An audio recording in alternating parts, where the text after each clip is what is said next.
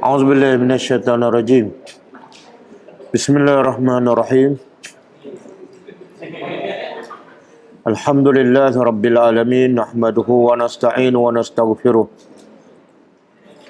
ونعوذ بالله من شرور أنفسنا ومن سيئات أعمالنا.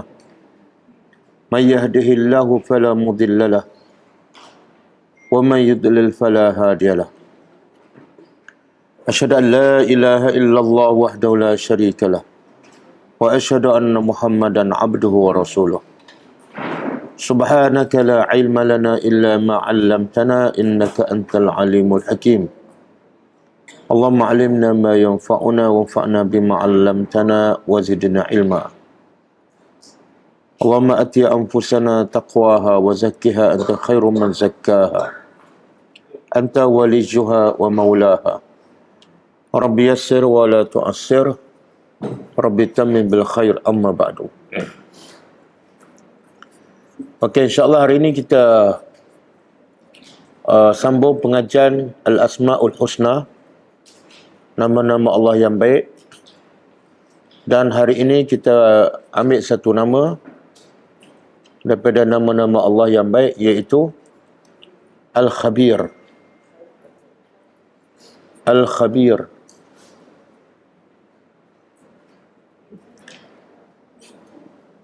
Ada satu surah lazim yang kita mungkin kita biasa baca, dan ada perkataan khabir dalam surah lazim itu. Surah apa itu?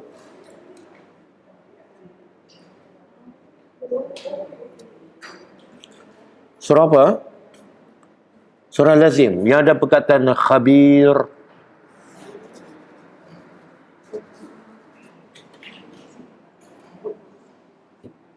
Ingat, inna rabbahum bihim yawma idzin inna rabbahum bihim yawma idzin. Surah apa tu? Nampak sangat tak baca dalam solat. Tak baca kan? Padahal surah ni pendek je. Surah Al-Adiyat. Surah Al-Adiyat.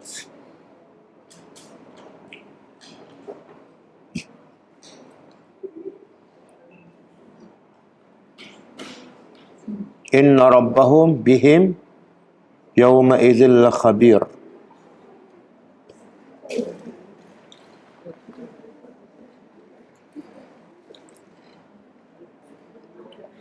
Maksudnya sesungguhnya Tuhan mereka bihim dengan mereka,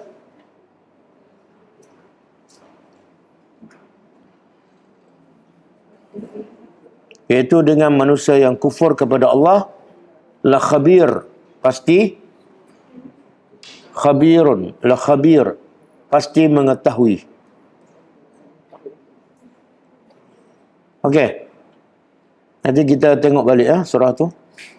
Al-Khabir, perkataan Al-Khabir, satu daripada nama-nama Allah, disebut dalam Al-Quran sebanyak 45 kali. Disebut dalam Al-Quran sebanyak 45 kali.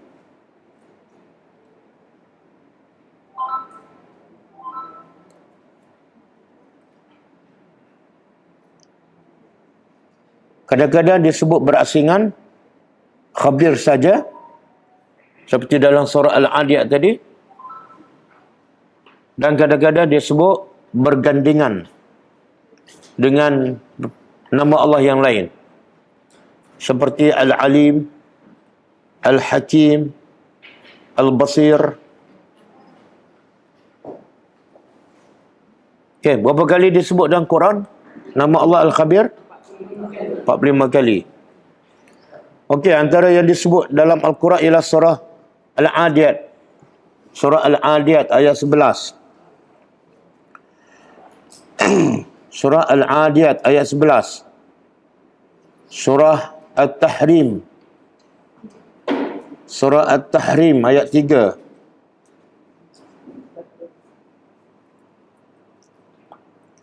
Surah Fatir ayat 31. Surah Fatir ayat 31.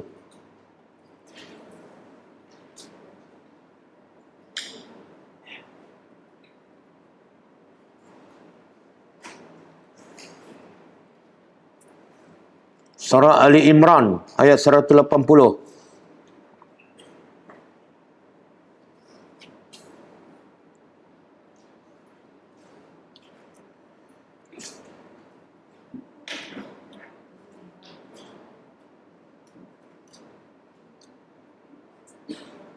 Okey.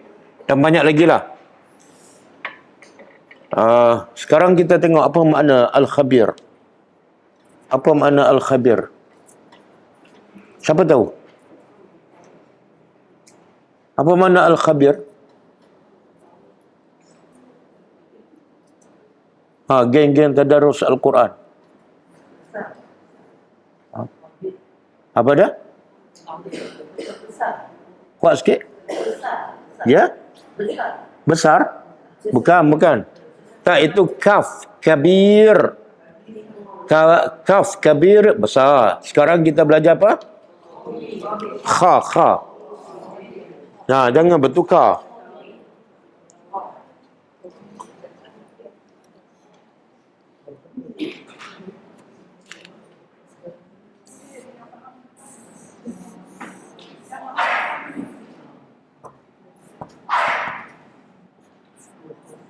Al-Khabir.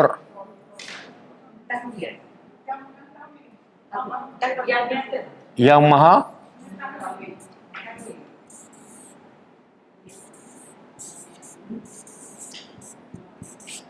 maha mengetahui. Jadi kalau Al-Alim,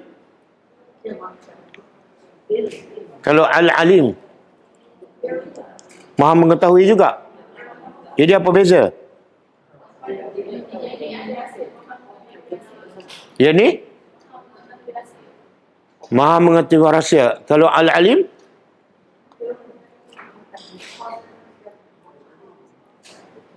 mengetahui apa pula? Yang terbuka. Yang ilmu. Yang ni apa ni? Bukan ilmu. Oh, segala-gala. Al-Alim sikit-sikit. Okey. Apa dia? Al-Alim. Yang ni? Rahsia. Yang Al-Alim. Tapi yang ni memiliki ilmu juga. Kan? Bila dia mengetahui rahsia, mesti ada ilmu.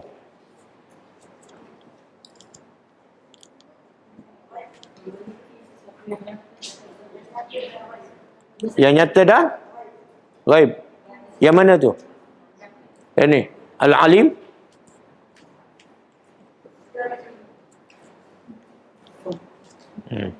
Kenapa tak tahu beza? Allah sebut dua-dua dalam Quran. Al-Alimu Al-Khabir. Sebab kita baca, kita tahu nama-nama Allah, tapi maksud dia kita tak tahu ataupun tak tahu secara mendalam. Sebab apa? Tak, sebab sistem pendidikan kita lebih kepada menghafal. Menghafal nama-nama Allah, bukan menghayati. Jadi kita hafal je lah. Sebab tu kita tak kisah faham pun tak. Sebab sekolah hanya suruh hafal. Hafal tak nama-nama Allah? Hafal kan? Hafal dan lupa. Baguslah, dah lah tak tahu. Okey. Makna dari segi bahasa Al-Khabir. Khabir daripada perkataan Al-Khibru, Al-Khubru, Al-Khibrah, Al-Khubrah. Semua tu makna dia ialah Al-Ilmu Bisyai'. Al-Ilmu Bisyai'. Jadi dari segi bahasa, khabar ataupun Al-Khibru ialah mengetahui sesuatu. Itu dari segi bahasa. Al-khabir daripada perkataan al-khibru. Maknanya mengetahui sesuatu.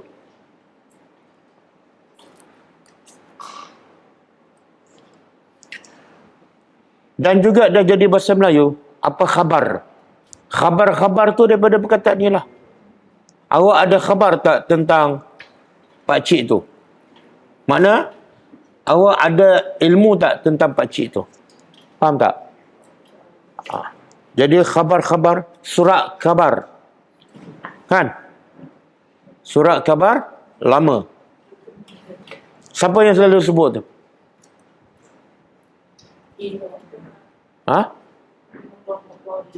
Orang Cina kan? Surat khabar lama.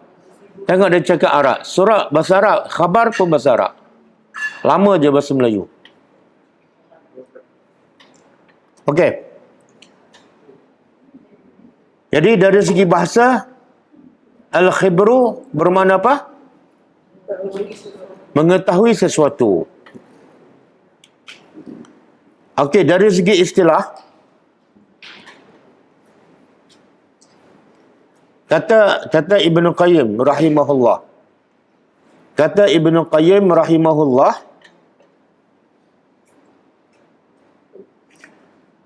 ini bahasa Arab, saya terjemah terus. Kata Ibnu Qayyim rahimahullah, al-khabir ialah yang ilmunya berakhir dan meliputi. Ilmunya berakhir dan meliputi segala yang tersembunyi. Segala yang tersembunyi dan rahsia.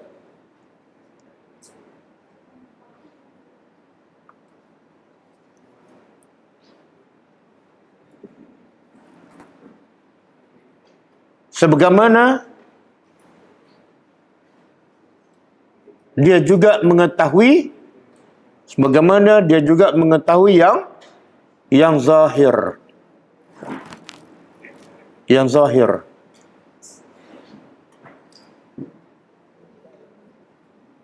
Okey. Semula. Kata siapa? Ibnu Qayyim rahimahullah. Apa kata dia? Al-khabir mana apa?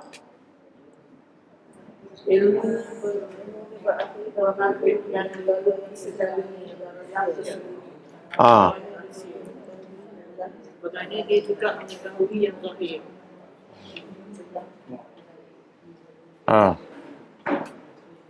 Mana kalau al-khabir, makna dia ialah ilmu tentang apa yang kat dalam ni. Kita tahu tak apa dalam ni? Tak tahu. Ilmu yang kat dalam ni dan semua rahsia yang kat dalam ni dan juga yang zahir. Itu mana al-khabir.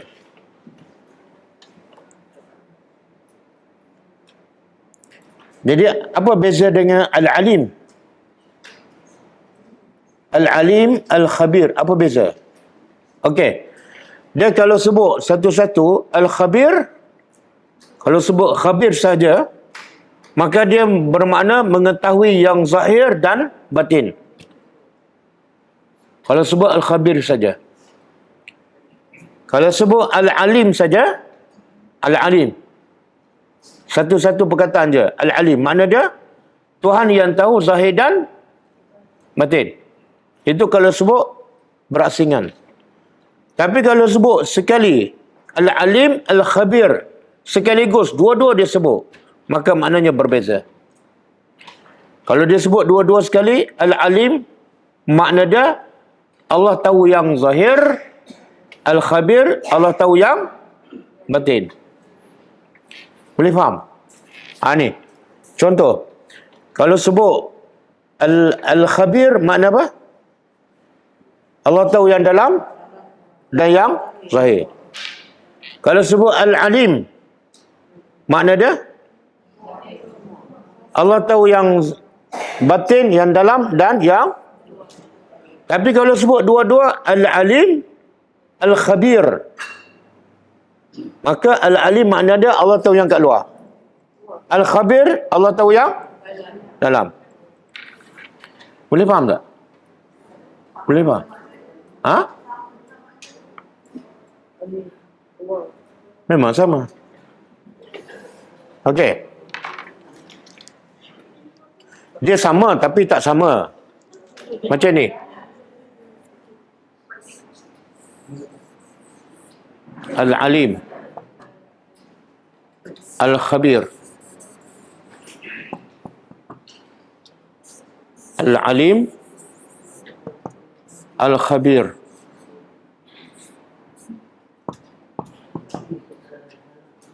Okey, bila Al-Alim disebut Al-Alim saja, makna apa? Allah tahu zahir dan batin. Kalau sebut Al-Khabir saja, makna dia tak, Al-Khabir saja. Allah tahu zahir dan batin. Kalau sebut satu-satu ni, sama je. Dua ni sama. Dua ni sama. Faham? Tapi kalau sebut dua sekaligus dalam satu ayat tu, Al-Alim pun ada, Al-Khabir pun ada. Makna berbeza. Al-Alim tahu yang zahir, Al-Khabir tahu yang batin. Boleh faham? Yang ni Al-Alim zahir dan batin. Yang ni zahir dan batin. Kalau sebut satu-satu Tapi kalau sebut dua-dua, Al-Alim, Al-Khabir, Al-Alim hanya tahu yang zahir, Al-Khabir Allah tahu yang batin. Boleh faham tak? Jadi sebenarnya secara umum Al-Khabir dengan Al-Alim adalah sama.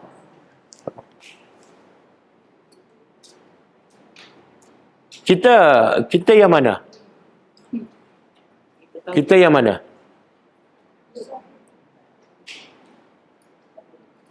Kita Al-Alim pun tak, Al-Khabir pun tak. Kita hanya sebahagian daripada Al-Alim. Sebahagian. Kita tahu, tapi tak semua benda kita tahu. Dan yang batin, langsung kita tak tahu. Betul? Yang zahir, bukan semua kita tahu. Kita tengok orang tu, muka dia macam tu kan, tapi belakang dia kita tak tahu dah. Kan? Kita tengok rumah, zahirnya macam tu. Tapi ada lagi yang terselindung. Bukan yang dalam rumah, yang di luar rumah pun kita tak tahu semua.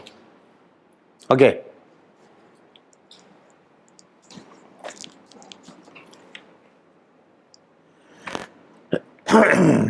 Kemudian kata Imam Ghazali,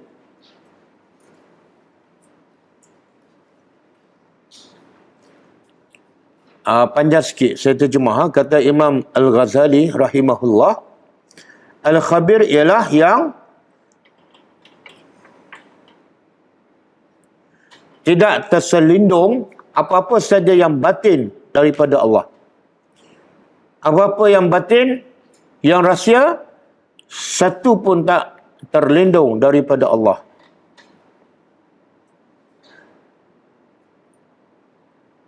Dan tidak ada satu pun yang bergerak, melainkan Allah tahu. Semua yang bergerak di atas muka bumi ini, tidak ada satu pun melainkan Allah tahu. Pokok bergerak, binatang bergerak, jin bergerak, manusia bergerak, malaikat bergerak, semua Allah tahu. Dan tidak ada yang diam, melainkan Allah tahu. Ada tak yang tak bergerak? Ada. Apa dia?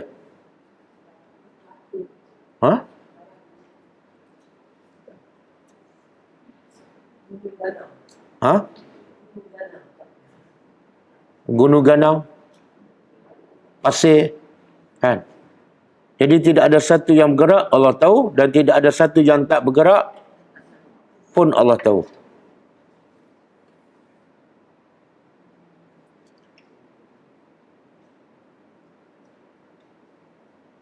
Dan tidak ada sesuatu, dan tidak ada jiwa yang tenang melainkan Allah tahu, dan tidak ada satu pun jiwa yang gelisah melainkan Allah tahu. Sekarang Allah tahu tak? Semua kita ni sedang berfikir tentang apa? Sedang mendengar ustaz cakap ke? Sedang berkhayal? Allah tahu tak? Tahu. Saya tak tahu. Tapi saya boleh agak lah. Tengok muka ni macam tak fokus je kan. Tapi saya boleh agak. Hakikat saya tak tahu. Tapi Allah tahu. Semua yang dalam ni sedang berfikir tentang apa ketika saya bercakap. Dan Allah tahu ketika saya bercakap, fikiran saya duk fikir tentang apa. Dia maksud apa? Boleh faham? Kita tengok suami kita bercakap kan? Tapi kita tahu tak fikiran dia duduk kat mana? Kadang-kadang kita tengok isteri kita bercakap kan? Tapi fikiran dia kat mana kita tak tahu. Tapi Allah tahu. Mulut bercakap, fikiran kat lain.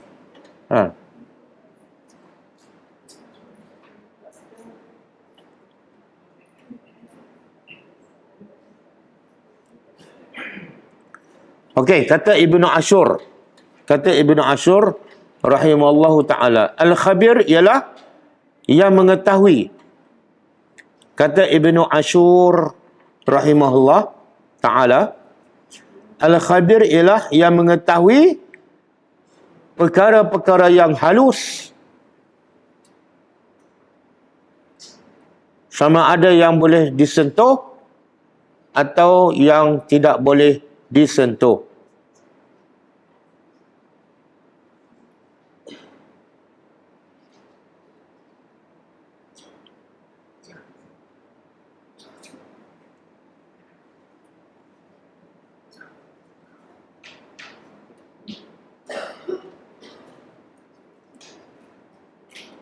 Okey. Habis makna al-khabir Dia ada sentuh nanti tak boleh. yang boleh disentuh apa-apa je lah. Meja, makanan, kereta, rumah. Yang tak boleh disebut sentuh ialah yang kita berkhayal, berfikir. Kita sedang berfikir tentang bintang. Boleh sentuh tak? Kita tahu tak berapa bintang semua? Benda tu tak boleh disentuh. Hanya khayalan. Itu pun Allah tahu. Okey. Poin yang ketiga daripada tajuk Al-Khabir ialah kesan. Kesan beriman dengan nama Allah Al-Khabir. Kesan beriman dengan nama Allah Al-Khabir.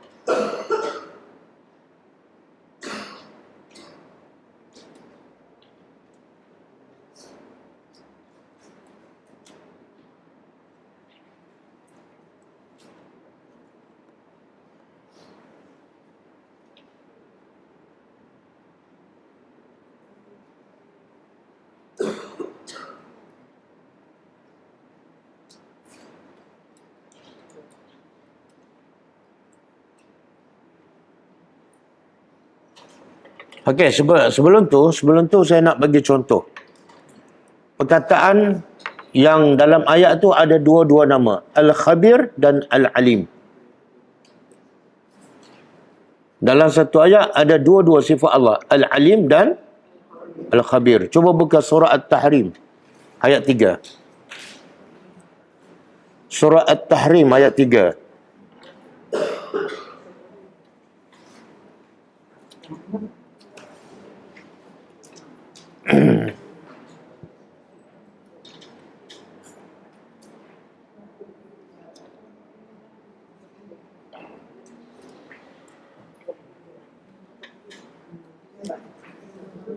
Muka surat 560.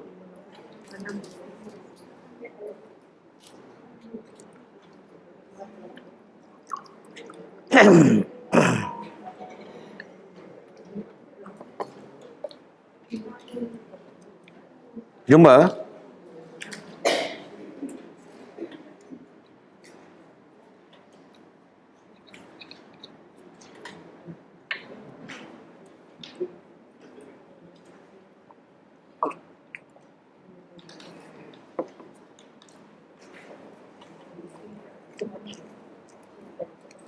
Ada tak ujung ayat? Al-alimu al-khabir. Ada? Ada. Kita tengok maksud dia. Auzubillahi minasyaitonirrajim. Wa iz. Dan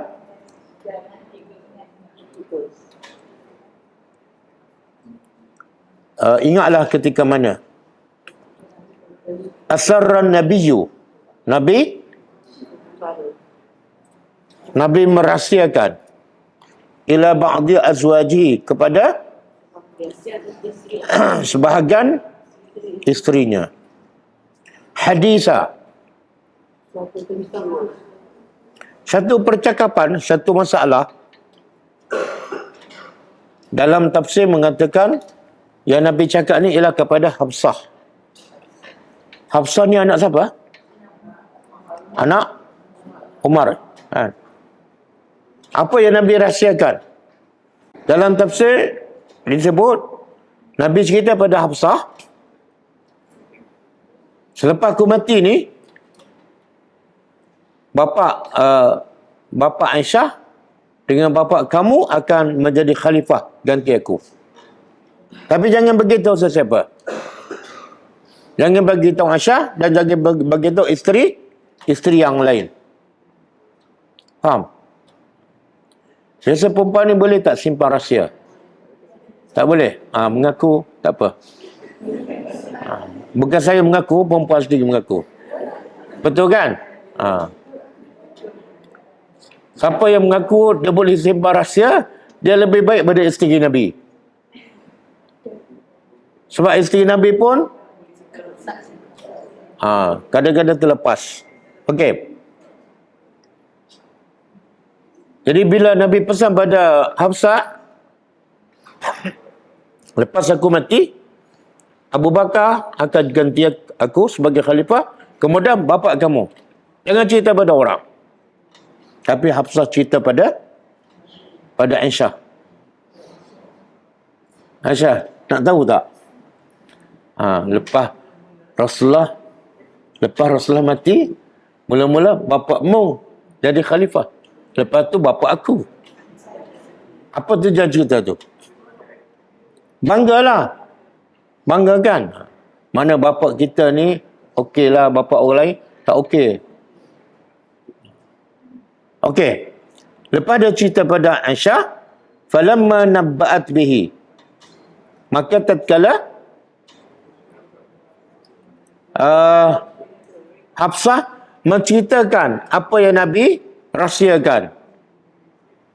Wa azharahu Allah, dan Allah menzahirkan apa yang Hafsah cerita pada Aisyah, Allah beritahu pada Nabi pula.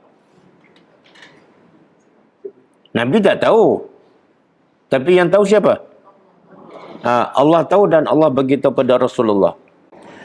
Wa azharahu Allah alaihi arrafa ba'dahu wa a'rada an ba'd. Jadi ada yang ada pendapat mengatakan bukan satu cerita je, ada 2-3 cerita. Jadi ada yang Nabi cerita pada Hafsah, aku tahu apa yang kamu cerita. Dan ada yang Nabi tahu, tapi Nabi tak beritahu Hafsah yang Nabi dah tahu.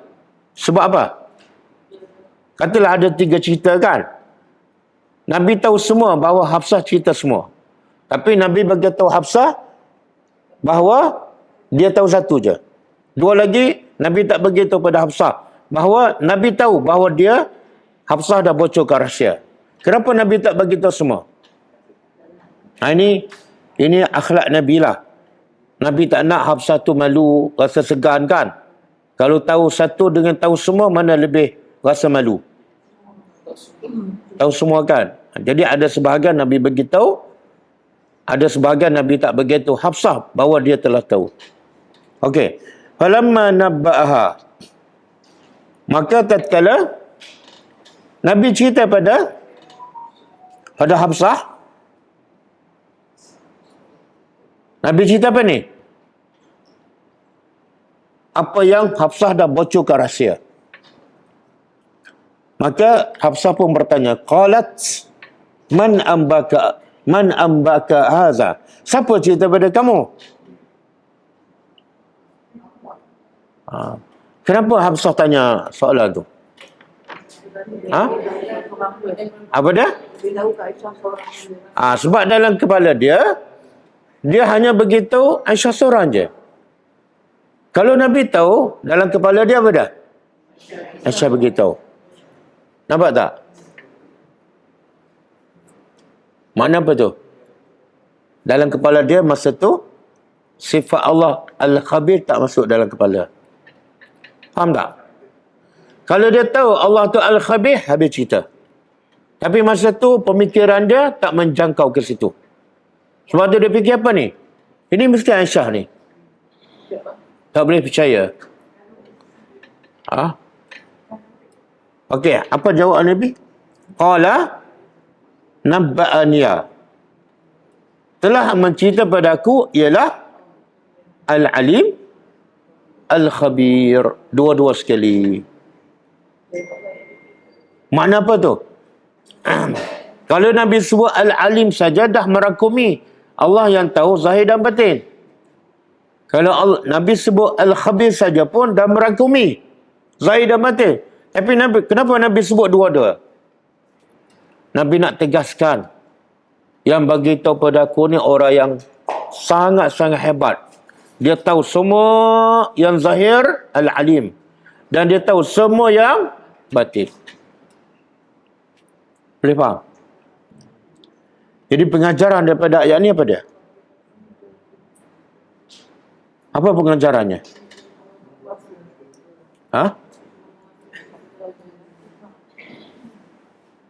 Pengajaran adalah ayat ni ialah jangan bagi rahsia pada perempuan.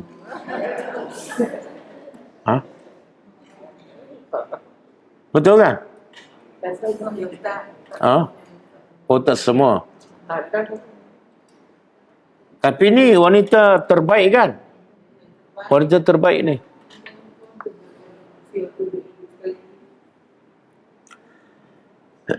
Jangan bagi rahsia pada perempuan. Kalau nak bagi rahsia, pesan terus. Pesan terus. Apa dia? Kalau nak cerita pada orang pun ceritalah. Bagi sen terus. Okey.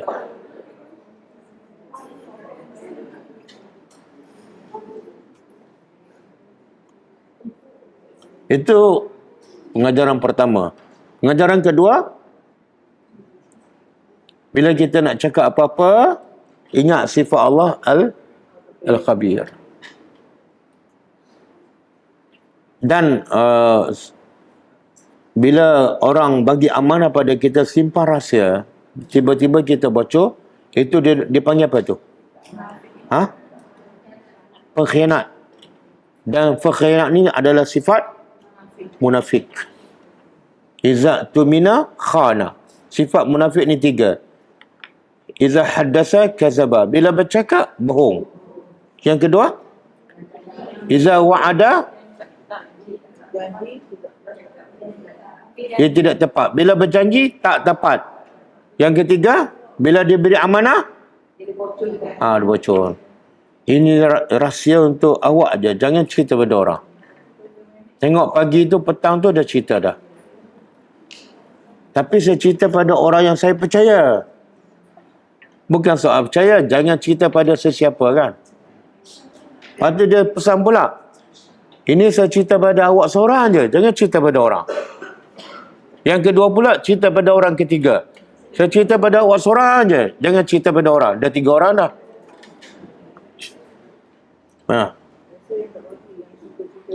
Yang tak bagi, yang dia suka-suka. Lagi tak bagi, dia cerita. Sebab tu saya kata, lepas ni ceritalah pada orang. Baru dia tak cerita. Nak begitu apa tu? Pengajaran juga, Nabi cakap kan, ada 2 benda ni. 2 benda ni.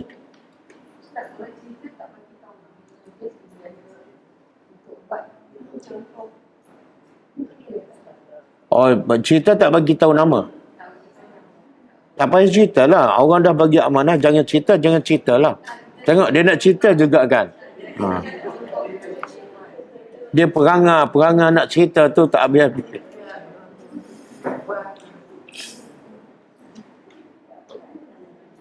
Sebab tu Nabi kata ada dua benda. Dua benda. Kalau dapat jaga dua benda ni, confirm dia boleh masuk syurga. Nabi bagi jaminan. Tapi kalau dua benda tak boleh jaga, gelap masa depan dia. Apa dia? Apa dia? Apa dia? La Allah tak tahu. Bahaya ni. Dua benda ni Nabi kata kalau kamu dapat jaga, dapat kawal, dapat kontrol dua benda ni, aku jamin syurga untuk kamu. Lidah kan? Lidah dengan kemaluan. Ni yang paling susah jaga. Kalau boleh, kalau jahit pun, kalau boleh dia nak buka jahitan tu. Kan? Betul. Benda paling mudah kan? Zap keluar.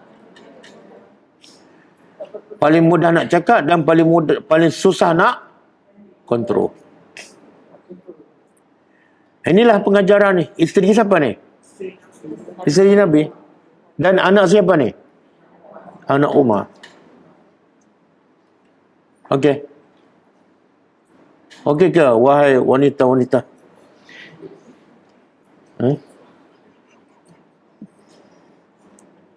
Okey, kita balik pada kesan beriman dengan nama Allah Al-Khabir.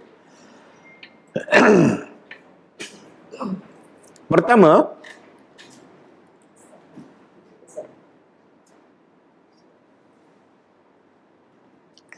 Allah mengetahui dengan semua hamba-hambanya. Allah mengetahui dengan semua hamba-hambanya, sama ada malaikat,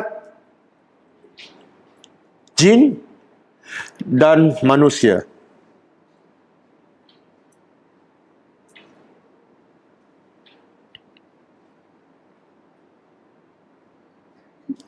Dalilnya surah Fatir.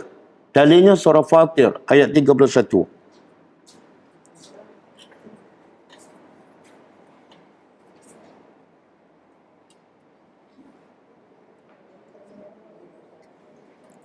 Cuba buka surah Fatir ayat 31.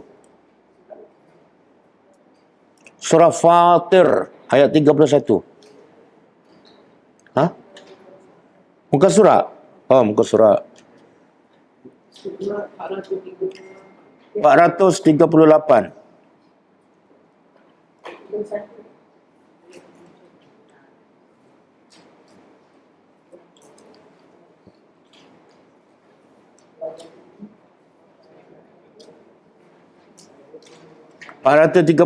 Jumpa?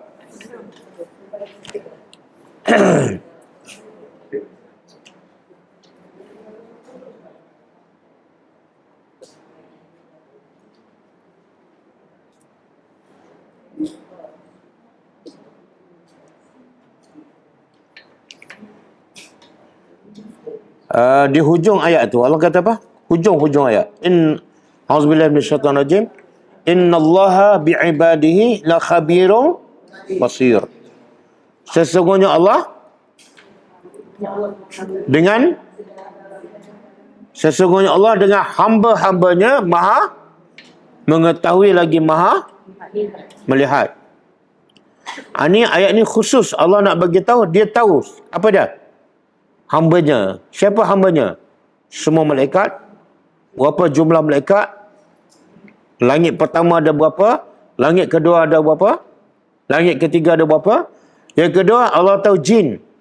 Berapa bilion jin? Duduk kat mana? Yang ketiga, manusia. Berapa bilion manusia? Tepat Allah tahu. Sebab itulah Nabi Yunus selamat tak dalam perut ikan? Manusia tahu tak Nabi Nuh dah dalam perut ikan? Tak tahu. Tapi Nabi Nuh selamat kenapa? Sebab Allah tahu. Bila Allah tahu, Allah boleh jaga. Tapi manusia dah tak tahu. Kalau tahu pun tak boleh buat apa. Faham tak? Hajar duduk tengah padang pasir, Allah tahu tak? Sebab tu selamat. Manusia tak tahu kecuali Ibrahim. Dan kalau manusia tahu pun, selamat tak? Jadi pengajarannya apa? Pengajarannya apa? Kita serah pada Allah. Jangan serah pada diri kita. Kadang-kadang anak kita seorang tak balik rumah kan. Kita serah pada Allah, berdoa, solat hajat. Kalau suruh manusia cari, kadang-kadang tak jumpa. Sekarang gempa bumi di Turki kan. Manusia tahu tak? Ada lagi yang sedang tertimbus. Tak tahu. Sebab itulah korek lagi. Mungkin dah tak ada. Tapi Allah tahu tak? Allah tahu. Okey, itu satu. Yang kedua, Allah tahu dengan perbuatan dan amalan hambanya. Tadi Allah tahu makhluk. Yang ni Allah tahu perbuatan amalan. Dalilnya surah Al-Hasyr. Surah Al-Hasyr ayat 18.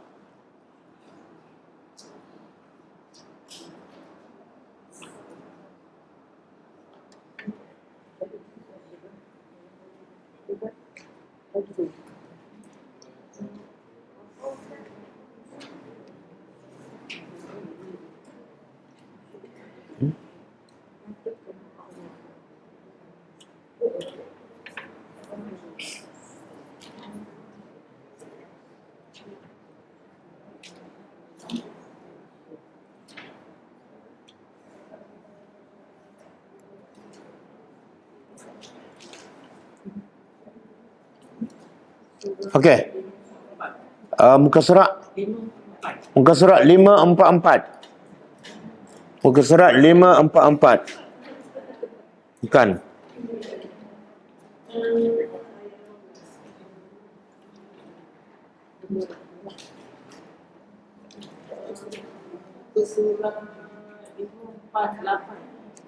Muka surat 548. Ayat 18.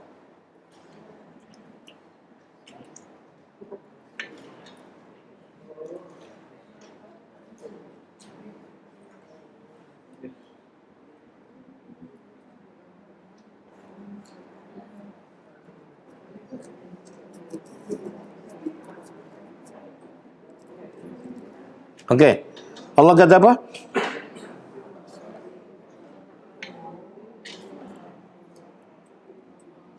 Ya ayyuhallazina amanu.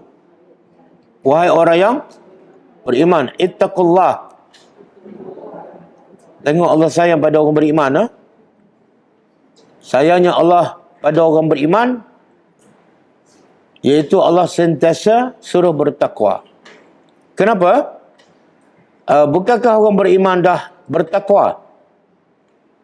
Bukankah orang beriman sudah bertakwa? Kenapa Allah suruh bertakwa lagi? Sedangkan Allah panggil ini orang beriman.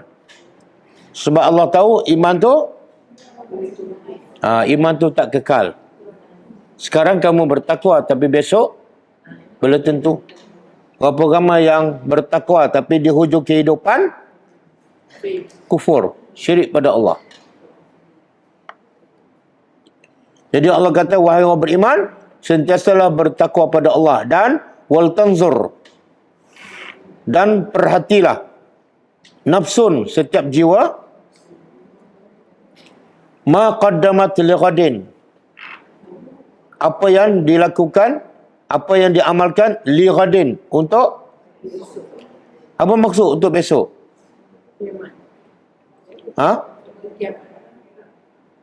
Untuk hari? Tapi Allah tak kata yaumul qiyamah. Allah tak kata yaumul akhirah. Allah kata ghadin. Ghadin tu besok. Besok kan? Ghadan besok. Adakah kiamat akan berlaku besok? Mungkin tak kiamat berlaku besok? Mana ada? Tanda-tanda kiamat pun belum ada lagi. Nabi Isa tak turun lagi. Dajjal belum turun. Takkan berlaku kiamat besok? Jadi Allah suruh perhatikan apa yang kamu lakukan untuk besok. Sebenarnya besok tu ialah hari kiamat. Tapi kenapa Allah guna besok? Allah tak sebut hari kiamat. Panggil rasa dekat. Ha? Kita rasa dekat. Satu, kiamat ni ada dua. Kiamat ni ada dua. Satu, kiamat besar, iaitu betul-betul berlaku kiamat, hancur semua dunia. Yang kedua, kiamat kecil, iaitu mati. Mati bila? Mungkin sebelum besok, malam ni. Jadi Allah guna perkataan besok tu merangkumi kiamat kecil. Yang boleh berlaku bila-bila masa je.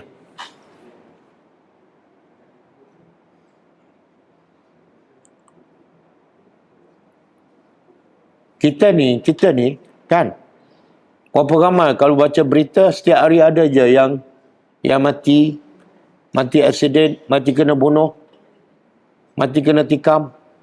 Dan ada berbagai peringkat umur, yang tua, yang muda, kanak-kanak, kan. Kita ni tak mati lagi. Sebab apa tak mati lagi?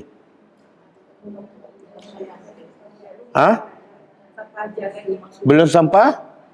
Kenapa belum sampai ajar lagi? Rahsia Allah. Yalah, betul lah. Semua Allah buat ada rahsia. Tapi kenapa belum sampai ajal? Sebab Allah masih nak bagi peluang pada kita. Siapa yang dah sampai ajal, yang dah mati, dah peluang dia dah habis dah. Kita ni sebenarnya Allah masih sayang, Allah nak bagi peluang.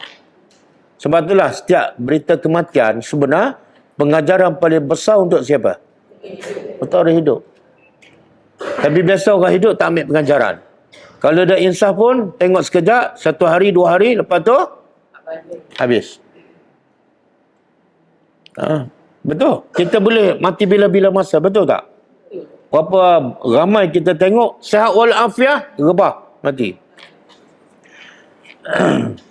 Saya pernah cerita ada isteri sepupu saya. Saya pernah cerita. Dia masa pilihan raya baru ni. Dia pergi kempen, rumah ke rumah. Jadi dia singgah satu rumah. Dia bagi peringatan. Lepas tu dia masuk tandas. Dia pergi dengan kawan dia. Masuk tandas. Rebah. Kawan dia cari kat luar. Tak ada. Jadi kawan dia ingat, dia dah balik rumah. Dia baliklah, kawan dia balik. Tengok-tengok kat rumah pun tak ada. Jadi cari-cari, rupa-rupa tu dalam tandas. Ketuk pintu. Tengok-tengok dah rebah. Mati dalam tandas. Sihat tak? Sihat. Pergi berkempen. Mati dalam tandas dan terkunci. Cuba bayangkan kalau kita adalah dia. Cina. Kan? Dalam keadaan tak bersedia, amalan pun tak banyak. Jadi sebenarnya peringatan untuk kita ni. Jangan kita rasa sihat, panjang umur, kita pun leka juga tak. Kita boleh mati bila-bila masa. Tengah hari ni, petang ni, malam ni, besok, minggu depan, ni. Wal tanzur nafsun ma qaddamat lighadin. Perhatilah apa yang kamu buat untuk sebab apa? Kita setiap hari yang kita buat ni setiap hari untuk hari akhirat ke untuk dunia? Tak. Bercakaplah benar. Daripada bangun pagi sampai tidur malam, banyak yang kita buat untuk dunia ke untuk selepas mati?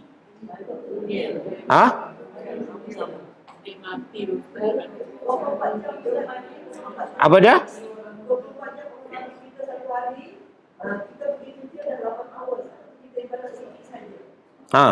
Jadi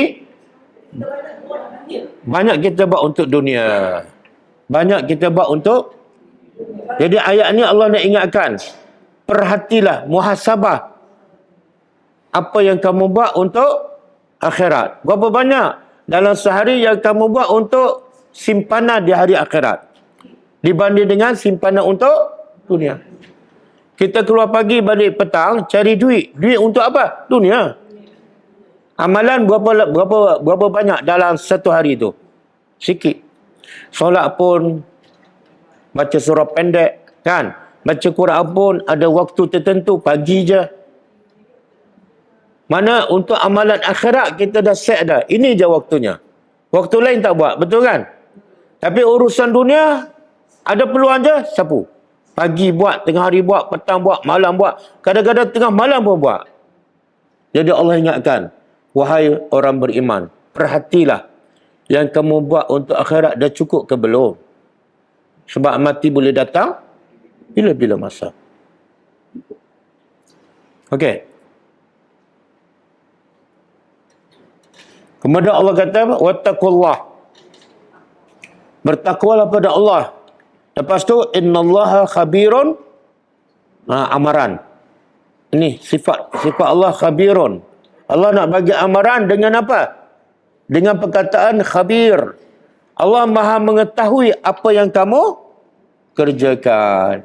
Kadang-kadang kita bekerja cari rezeki, kita kata untuk Allah, tapi Allah tahu. Allah tahu sebenar. Kita kerja untuk dunia ke untuk Allah? Kan? Lepas tu amalan akhirat pula, solat, baca Quran. Kita kata untuk akhirat, tapi Allah tahu. Dalam solat tu pun kadang-kadang ingat dunia. Kan? Yang luar solat ingat dunia. Yang dalam solat 10 minit pun tak khusyuk. Allah tahu. Yang baca Quran setengah jam pun kita kata untuk akhirat. Allah tahu. Tak khusyuk, tak fokus. Tak ada penghayatan, tak rasa lazat baca Quran. Allah tahu. Betul? Allah tahu. Hujung ayat ni amaran. Allah tahu apa yang kamu lakukan. Berapa ramai yang buat amalan akhirat pada zahir tapi masuk neraka. Betul? Ramai. Jadi bila kita baca ayat ni, kita akan muhasabah amalan kita. Yang dunia kurangkan. Yang akhirat pastikan betul-betul khusyuk, fokus dan rasa lazat. Saya nak tanya, bila kita solat, bila kita baca Quran, rasa tak lazat dan seronok? Sebagaimana kita makan, rasa lazat dan seronok.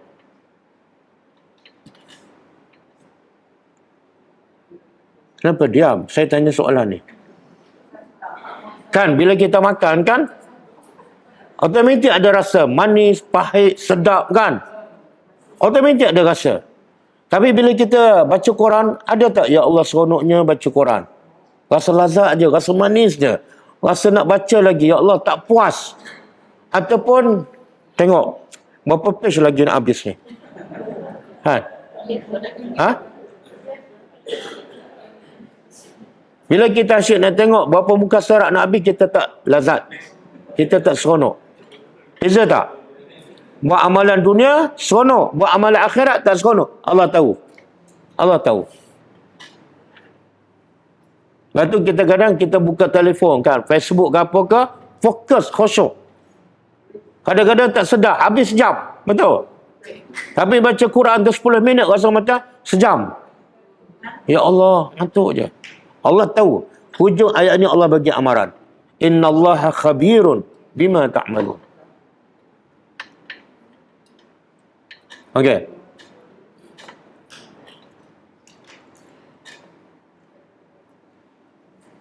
Jadi berapa dah? Satu, Allah tahu apa? Yang pertama Allah tahu apa? Tentang makhluk. Jin berapa ramai, malaikat berapa ramai, manusia berapa ramai. Yang kedua Allah tahu pasal amalan. Allah tahu pasal amalan. Belum tentu amalan khusyuk, ikhlas diterima. Maka perhatilah. Dan yang ketiga, Allah tahu mana amalan baik, mana amalan buruk.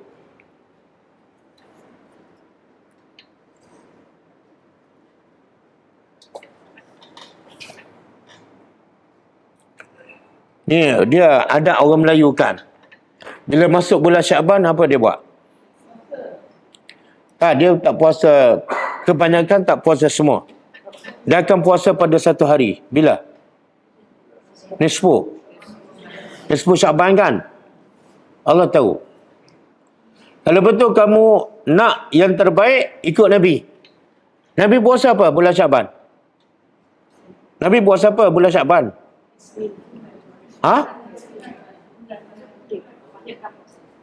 Nabi puasa hampir semua bulan Syakban. Kata Aisyah, tidak ada puasa yang Nabi puasa paling banyak melainkan bulan Syakban. Tapi orang kita pilih bila? Nisfu. Allah tahu kamu puasa kerana apa. Yang puasa nisfu Syakban tak ada, Nabi tak buat. Yang Nabi buat apa dia? Bukan sebulan penuh, hampir sebulan.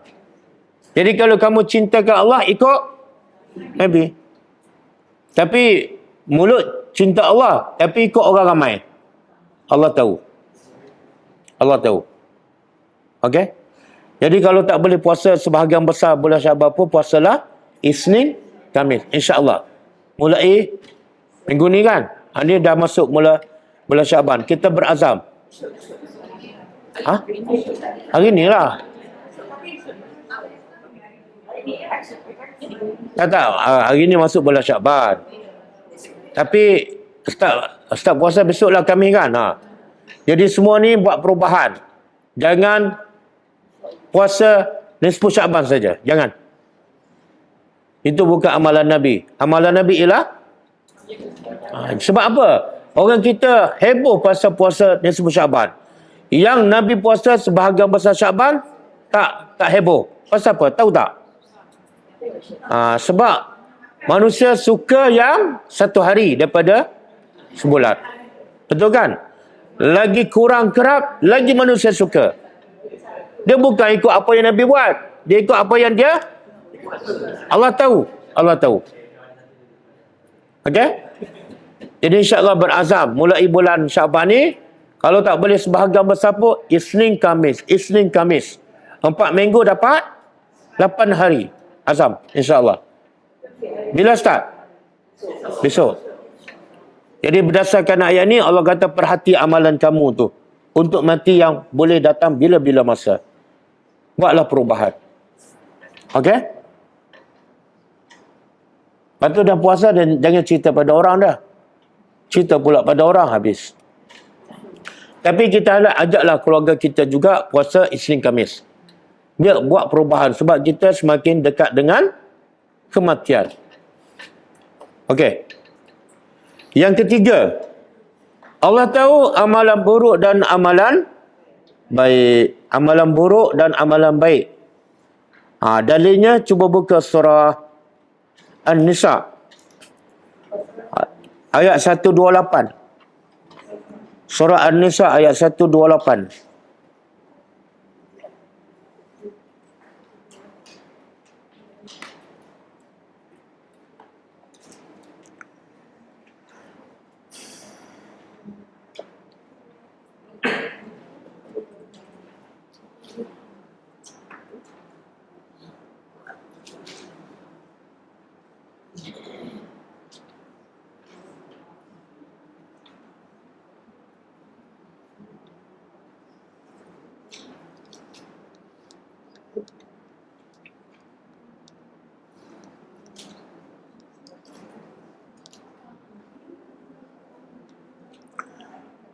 Ayat ni panjang. Saya nak ambil bahagian ujung je. Wa in A'udzubillahi minasyaitonir rajim. Wa in tuhsinu. Ada tak? Ada. Wa in tuhsinu wa tattaqu fa innallaha kana bima ta'maluna khabira. Ada kan kata khabir? Ayat ni Allah nak cerita apa ni? Tapi sebelum tu apa dah? Wa in tuhsinu.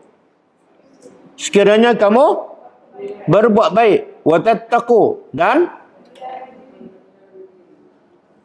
apa beza tuhsinu dengan wa tattaqu?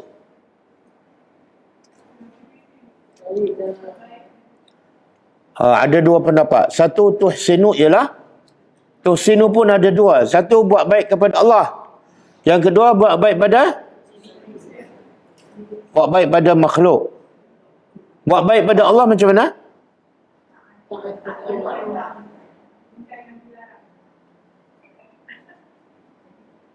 Buat baik pada Allah ialah yang Jibril bila datang pada Rasulullah bertanya, apakah itu ihsan?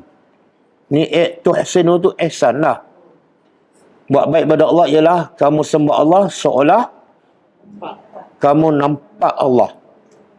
Seolah kamu nampak Allah. Bila kita solat, kita bayar nampak Allah, solat pasti khusyuk. Kan? Macam kita solat depan ustaz kan? Khusyuk tak? Khusyuk lah pada zahirnya. Tapi Allah nampak zahir dan okey, itu ihsan pada Allah. Yang kedua, ihsan kepada manusia. Jadi ihsan kepada manusia ialah yang terbaik pada ihsan pada manusia. Yang terbaik ialah kita buat baik pada orang yang buat jahat pada kita. Itu kemuncak kepada ihsan kepada manusia. Orang maki, kita senyum, kita bagi hadiah.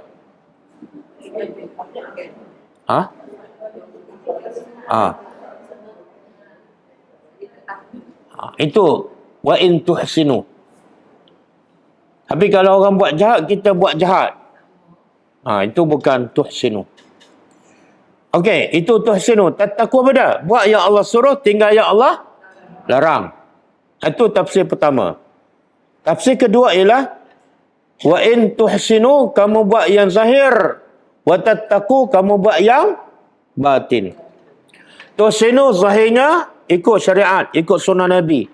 Wa tattaqu, hati itu mesti ikhlas. Okey. Kemudian Allah bagi tahu, sekiranya kamu berbuat baik dan kamu bertakwa, maka sesungguhnya Allah dengan apa yang kamu lakukan Maha mengetahui. Jadi zahir dan batin Allah tahu. Jadi contohlah kita datang kelas ni, termasuk tak buat baik? Termasuk tak? Dan juga termasuk tak watattaqu? Pada zahirnya baik tak kita datang kelas?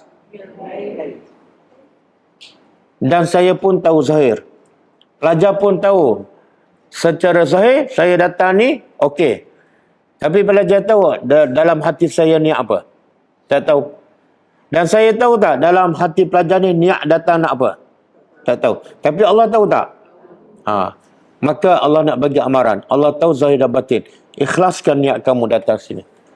Kalau ada siapa yang niat tak ikhlas, betulkan. Kan? Sebab ramai je orang datang belajar tapi tak dapat apa-apa. Amalan tak bertambah. Kan? Walhasil balik asal. Okey.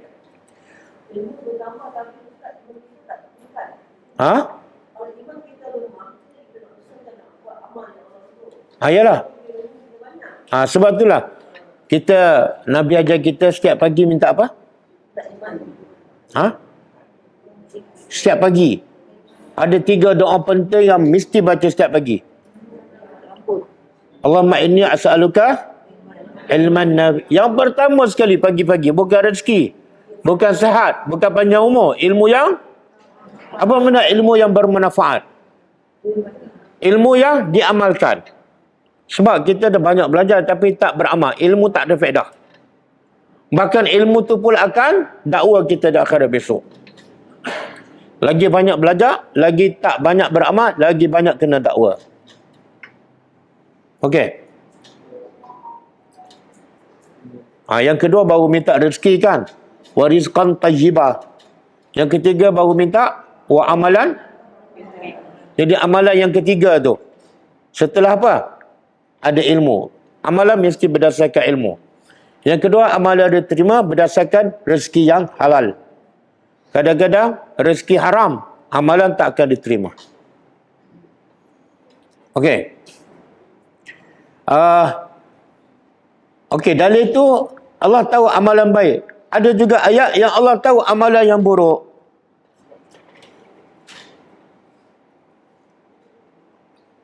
Okey. Jadi, kita balik pada poin kita. Kesan beriman dengan nama Allah Al-Khabir. Al-Khabir tadi ada 3 kan? Satu, Allah tahu apa? Makhluknya. Yang kedua, Allah tahu amalan. Yang ketiga, Allah tahu amalan buruk ataupun baik. Maka kesannya apa? Kesan kita tahu, Allah tahu semua makhluk, Allah tahu semua amalan, Allah tahu amalan buruk, amalan. Kesannya apa? Kita akan pastikan amalan kita sentiasa betul dan ikhlas. Apa saja. Nak solat, nak baca Quran, nak solat sunat, nak sedekah, pastikan jangan ada unsur riak, jangan ada kerana orang suruh baru kita buat. Kan? Macam solat 5 waktu kan. Allah tahu kita buat tu kerana cinta Allah ataupun kerana terpaksa.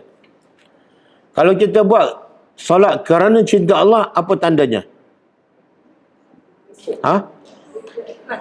Apa dah? Tak.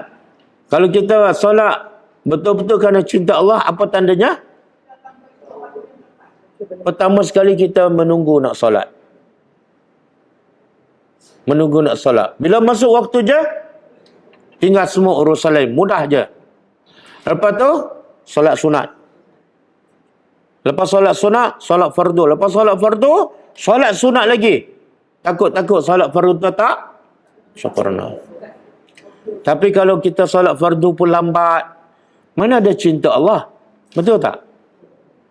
Cinta Allah mesti dahulukan apa yang Allah nak, Allah suka. Jadi saya nak ulang, siapa yang jenis solat lambat ni, solat dia ada masalah. Solat tanpa cinta. Solat tanpa cinta. Okey.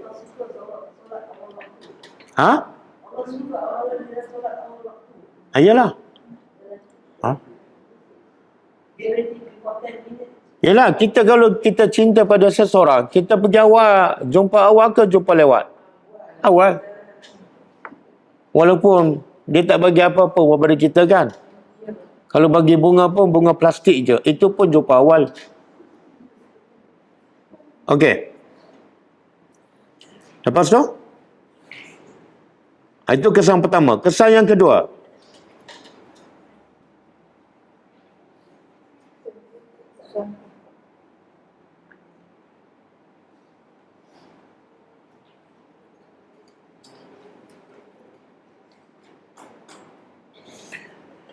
Kita akan sentiasa taat dan istiqamah dalam beribadat. Kita akan sentiasa taat dan istiqamah dalam beribadat kepada Allah.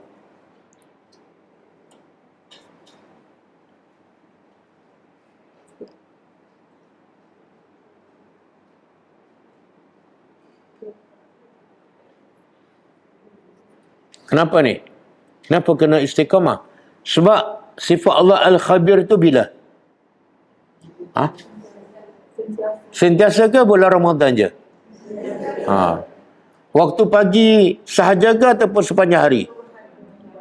Jangan kita pagi tu alim gila dengan solat subuhnya, dengan tahajudnya, dengan duhanya, baca Qurannya, zikir pagi. Lepas tu karuk gila. Tidurnya, boraknya, buang masa, betul tak? Jadi seolah Allah tu khabir hanya pagi je. Betul tak? Ada perangai manusia macam tu. Tengok pagi lain, petang,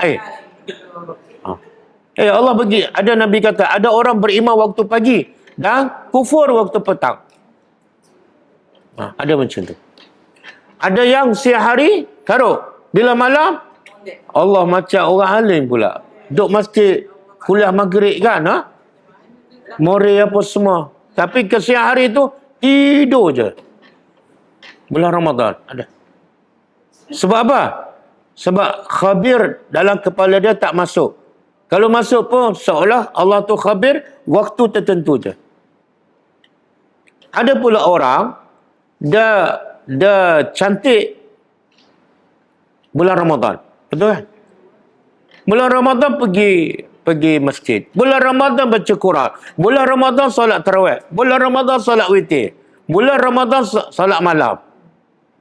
Habis bulan Ramadan, hilang. Dia pindah ke Afrika mana tak tahu. Masjid tak ada, Quran pun tak ada kan? Kenapa? Sebab khabir tak masuk dalam kepala dia. Dia ingat khabir ni bulan Ramadan je. Faham tak? Pelik. Sebab itulah ada ulama' dia kata, kalau sahabat-sahabat Nabi ada zaman kita ni, sahabat Nabi terkejut tengok amalan orang Islam ni. Dia kata ni amalan umat mana ni? Pelik dia tengok. Sebab apa? Bermusim. Kadang-kadang waktu pagi lain, petang lain kan. Sahabat tak ada. Sahabat ni kalau pergi masjid sepanjang masa. Batu masjid Nabi penuh sepanjang masa. Bukan bulan Ramadan je. Kalau solat duha sepanjang masa. Solat witir sepanjang masa. Berjihad sepanjang masa. Sedekah sepanjang masa. Ada bermusim. Okey. Ada orang solat tutup aurat. Lepas solat, zaman Nabi tak ada. Zaman Nabi tak ada. Pelik kan? Pelik. Okey, yang ketiga.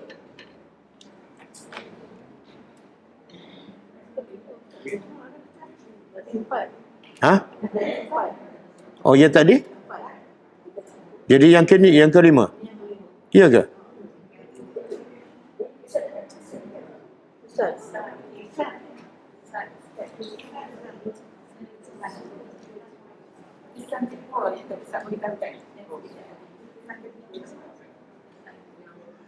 Sentiasa. Saya tak tahu yang keempat, yang kelima. Yang keempat. Jadi sekarang yang kelima. Okey. Sentiasa tunduk dan serah diri sepenuhnya kepada perintah Allah. Sentiasa tunduk dan menyerah diri kepada perintah Allah.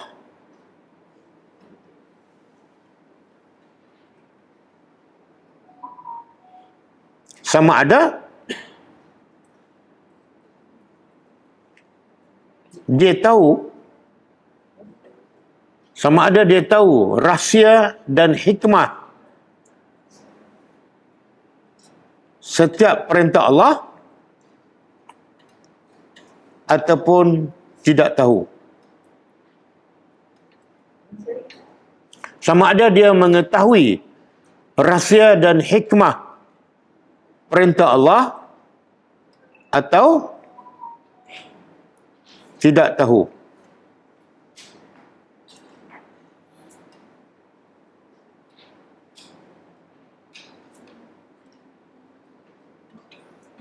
Okey, saya bagi contoh. Nabi Ibrahim AS, bila Allah perintah dia, kan dia baru kahwin dengan Hajar, lepas tu dapat anak kan. Dah lah lama tak dapat anak, dah tua baru dapat anak, tiba-tiba Allah perintah apa? Tak, Allah perintah berpisah dengan isteri dan anak yang baru lahir. Dan Allah suruh perintah pula tinggal di mana? Kan? Kalau ikut logik, Ibrahim akan banyak soal tak? Tapi kenapa? Bila Allah perintah, terus dia bawa. Dalam keadaan dah lama tak dapat anak, dah tua baru dapat anak, tiba-tiba Allah suruh berpisah. Nabi tak. Nabi Ibrahim tak banyak soal. Terus bawa ke padang pasir. Serah diri. Kenapa? Sebab dia tahu Allah Al-Khabir. Kemudian Hajar pula, bila dia tahu, dia tanya Ibrahim, adakah Allah perintah supaya tinggalkan aku di sini? Ibrahim kata, ya. Dia serah diri sepenuhnya. Dia tak banyak soal dah. Macam mana nak makan, macam mana, tak ada. Kenapa?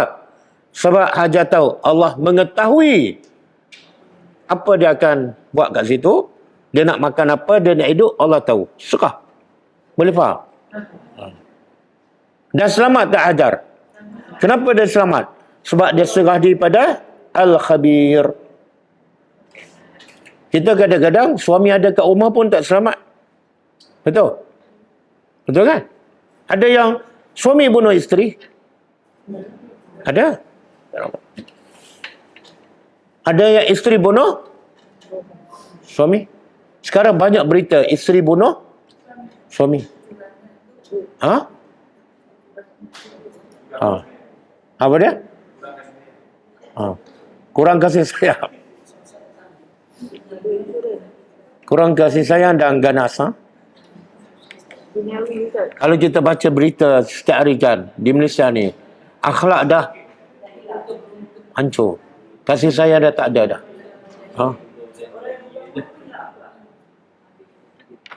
Ustaz ke, suami ke, polis ke.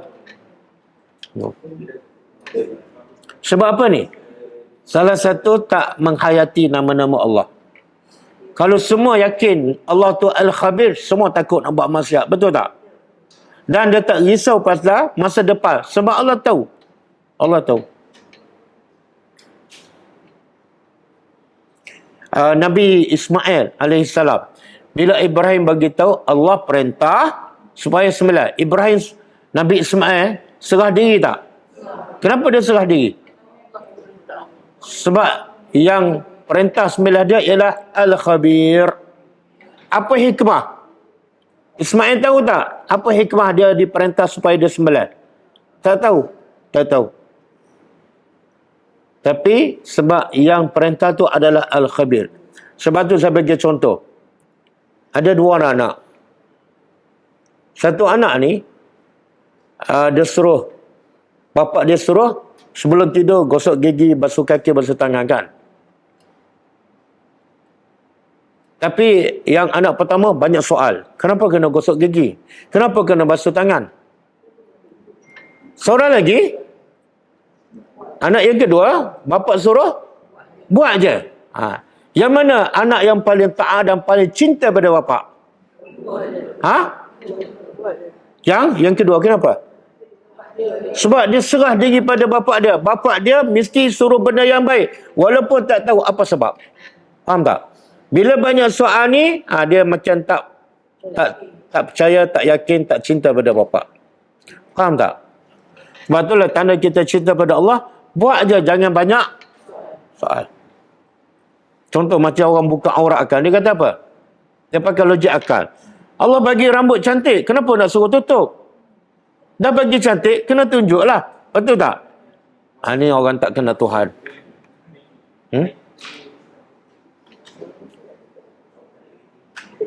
Dah? Habis lah? Habis. InsyaAllah kita sambung 2 minggu lagi. Ada soalan?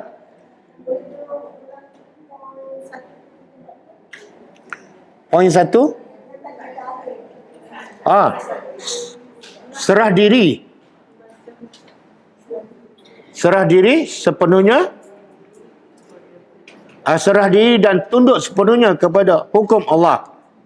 Sama ada mengetahui rahsia dan hikmahnya ataupun tak tahu.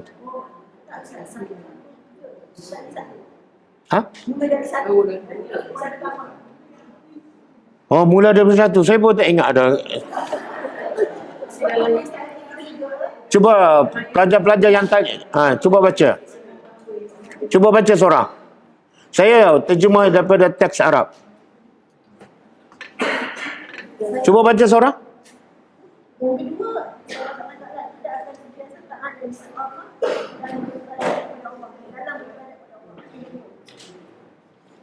Yang nak tahu yang berapa? Yang ketiga, keempat, jadi 5 lah kan? Yang kedua,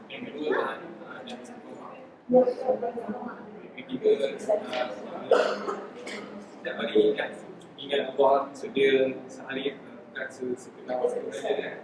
Dia memaksa untuk selagi dan untuk pada Allah. Dah. Okey. Nanti Kak boleh tengok rakaman balik ya. Apa dia?